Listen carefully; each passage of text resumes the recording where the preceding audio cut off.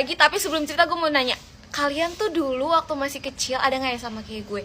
Pas lagi sakit, dibawa kan nih ke dokter, ya kan? Pasti dong berobat, masa ke dukun. Terus ditanya nih sama dokter atau susternya, kenapa? Kamu keluhannya apa? Apa yang dirasain sekarang? Itu nggak bisa jawab. Seketika mulut terkunci rapat, lidah tidak bisa bergoyang. Ya, bergoyang gak tuh? Gua selalu kayak gitu. Tiap kali ditanya, pala gua auto nengok ke emak gue atau bapak gue yang lagi nganterin gue. Kayak menunggu mereka menjelaskan kepada dokternya. Padahal kan yang ngerasain gue, yang merasakan semuanya, yang ngerasain sakit, yang udah tahu sakitnya tuh dari kapan, itu gue. Tapi tiap kali ditanya sama dokternya gak bisa jawab gue. Gue langsung nengok ke emak gue kayak, mah jawab. Pas masih SD masih wajar lah ya, masih bocil namanya. Sampai dimana gue udah SMP gue masih kayak gitu. Tiap kali gue sakit selalu emak gue atau bapak gue yang ngejelasin ke dokternya gue kenapa. Dokternya sendiri pun masih memaklumi gitu kalau misalnya emak atau bapak gue yang menjelaskan gue nya kenapa. Sampai dimana kelas 3 SMP gue sakit, gue demam, dan demam gue udah tinggi. Abis itu gue dirujuk ke rumah sakit. Biasanya gue tuh ke puskesmas atau klinik doang. Ini pertama kalinya gue ke rumah sakit.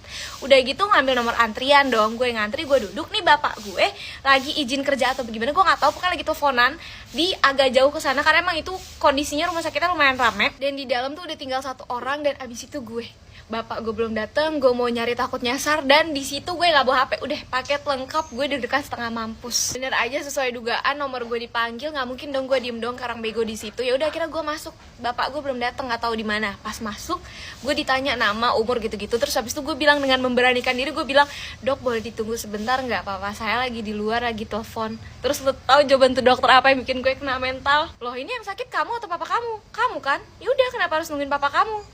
Anjir, lu bayangin gue dijawab kayak gitu, gue langsung kayak mau nangis, kayak berasa di ospek gue. Terus gue tidak bisa berkata apapun. Ya udah, akhirnya dilanjutkan dengan sesi pertanyaan tanya jawab dengan gue yang menjawab dengan gemetar. Bapak gue baru masuk ke ruangan setelah sudah selesai, setelah gue dikasih resep untuk menebus obat. Tapi setelah kejadian itu gue akhirnya menjadi sadar gitu, kayak ya juga sih, gue yang sakit, kenapa gue yang harus malu untuk menjawab gitu. Akhirnya gue menjadi wanita independen setelahnya.